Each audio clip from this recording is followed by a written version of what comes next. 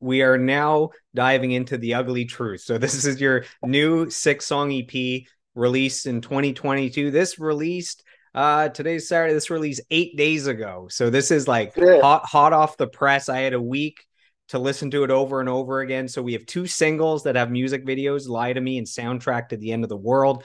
For our listeners who in the last 8 days haven't had a chance to dive into this new EP yet, how would you describe it? I know it's hard to describe music, and then I'll give a stab at what I heard. Okay, I would say I would describe it in if I had one word, I would say heavy. You know, topically, I think it's heavier. This album, and I think musically, it's heavier. It's stripped down more to the root of a rock and roll record. You know, lots of heavy guitars and heavy singing, but still has the flavor of the congregation with the gospel singers and that gospel kind of undertone underneath everything with the subject matter and the song titles and the whole vibe of the album. I think is still there. It's still a congregation record.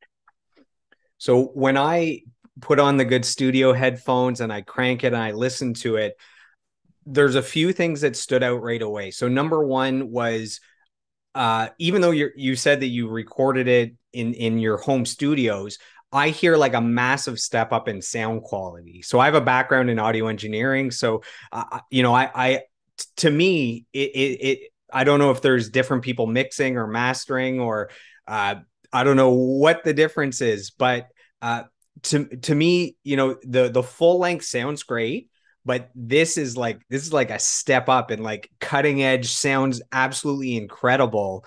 And there's like a thickness to it.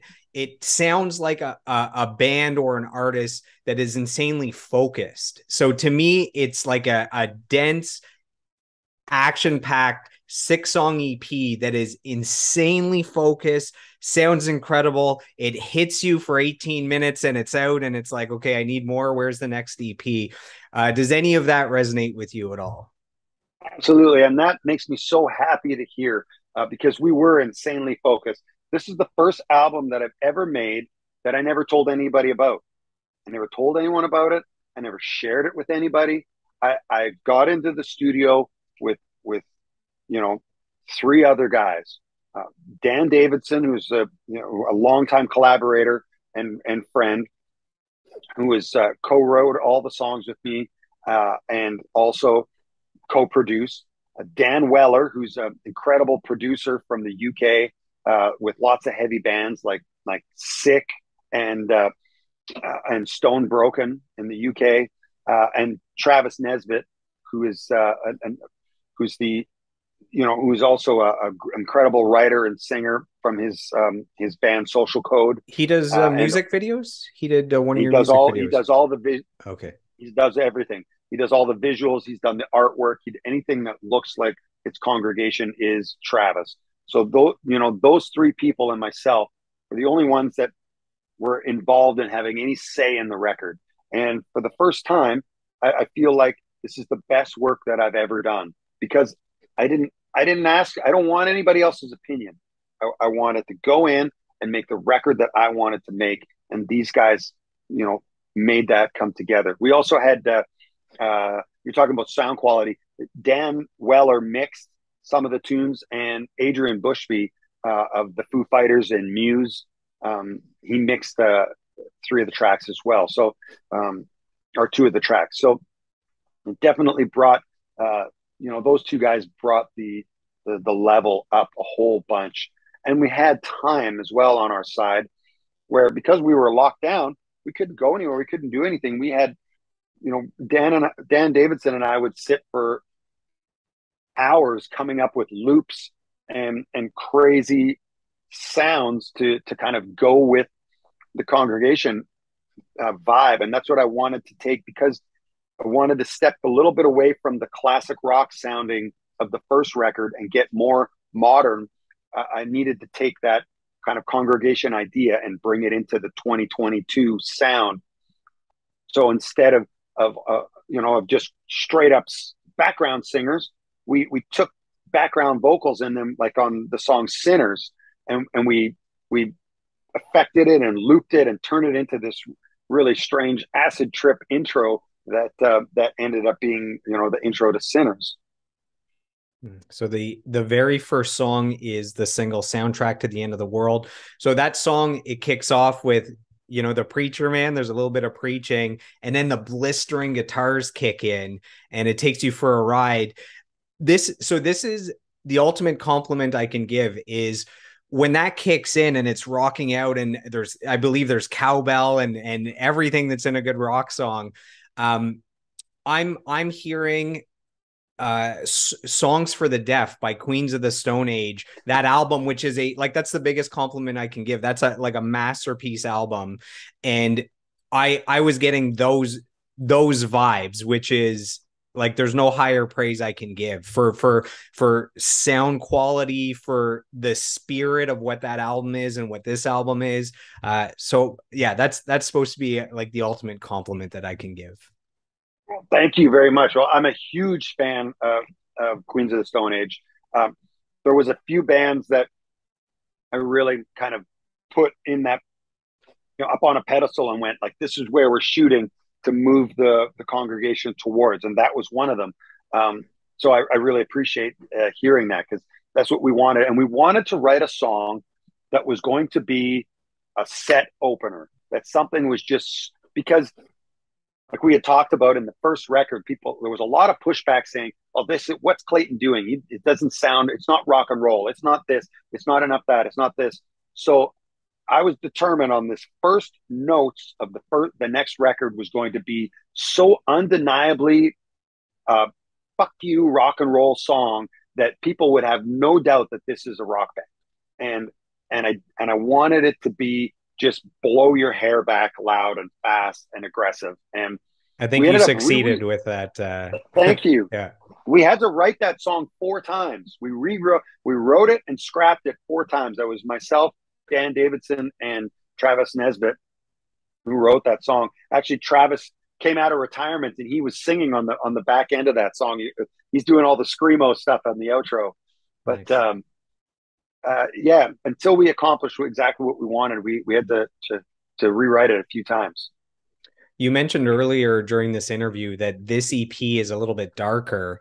I agree with that. Between the sound, that's this darker, thicker sound, between even the song titles or the lyrical content, the delivery, the performance, it's a lot edgier. It's a lot darker. Did the first album is pre-pandemic? This one is, mid or post-pandemic. Do you think that had something to do with that energy? I think so, for sure. Where everybody was, mentally, for sure. But I still think that there's a lot of hope and a lot of, you know, you know, renewal in the album and in the lyrics. I still just think inherently that's kind of how I write.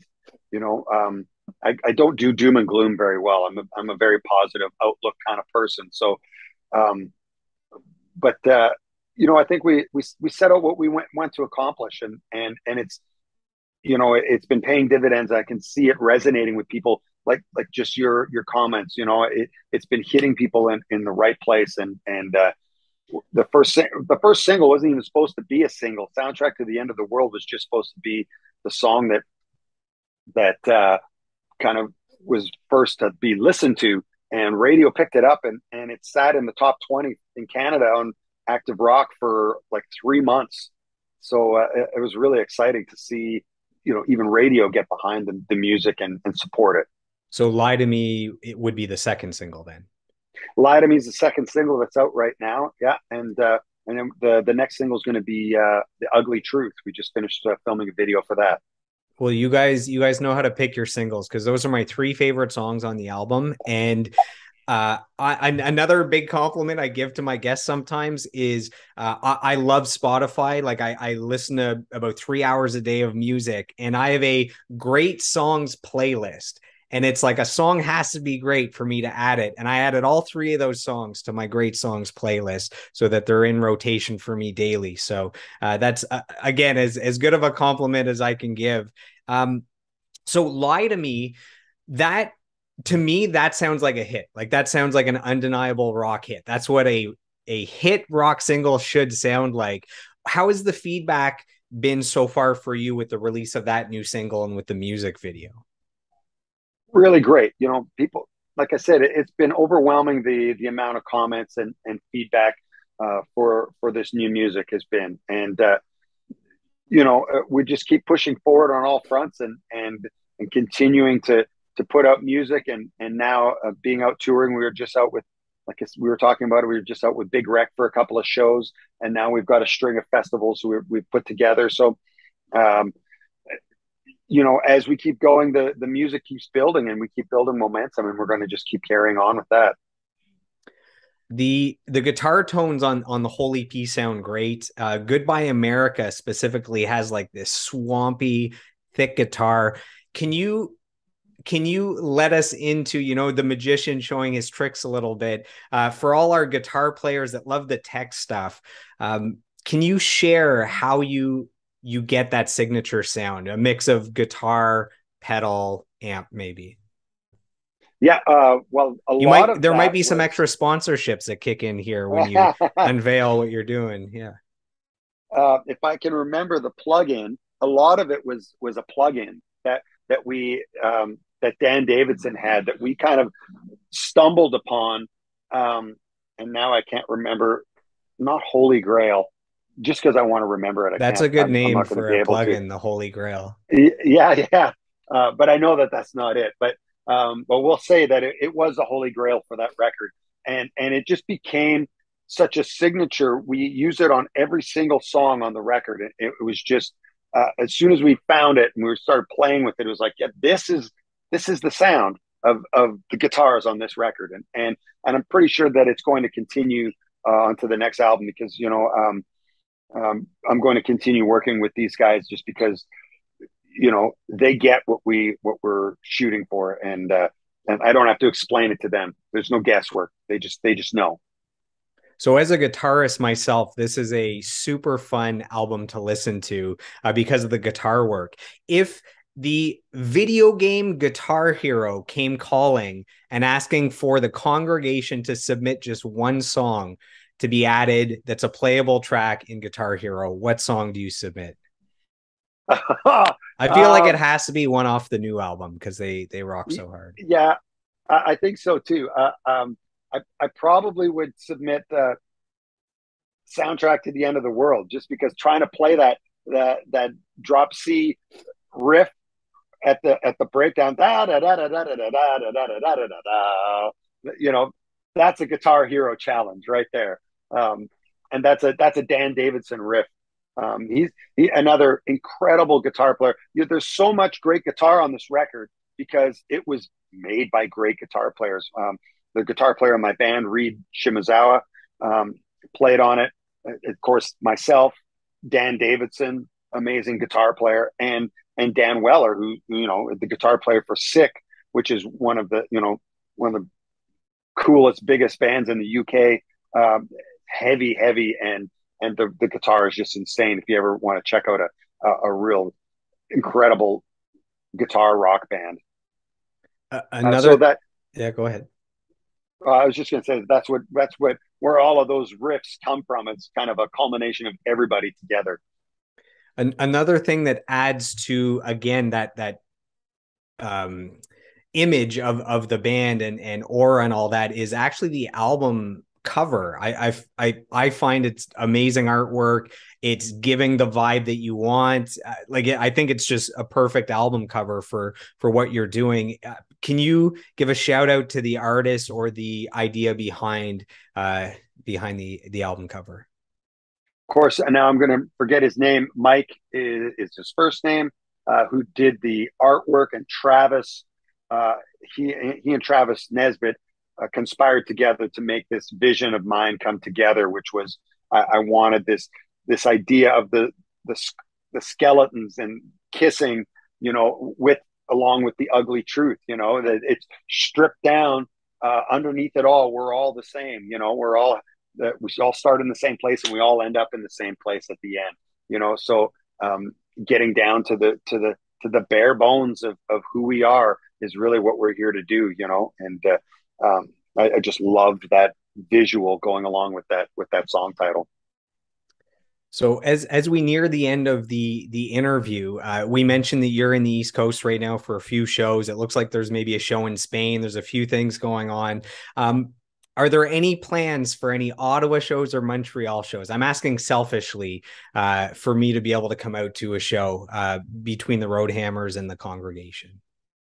Right now, we have nothing in Ottawa, Montreal. Where the congregation is out east in at Crooks, the Crooks Country Music Festival on September 3rd, um, which is just outside of Toronto, I believe, a couple hours. And we're working on a bunch of on an Ontario run in the fall here. So out or an eastern middle of the country kind of run.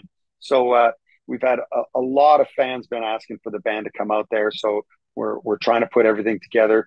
Still logistically with coming out of the pandemic and everything. It's we've been trying to put all the pieces of the puzzle together. But honestly, we've been so busy between the Hammers and the congregation. It's just been one after the other after the other. But definitely the focus for the next year is making more music and touring, and getting bringing the congregation tent revival to the fans. What we want to do. I'm going to work on my end here in Ottawa and Montreal to build up the demand so big that we have to book some shows out here. So that's my new mission.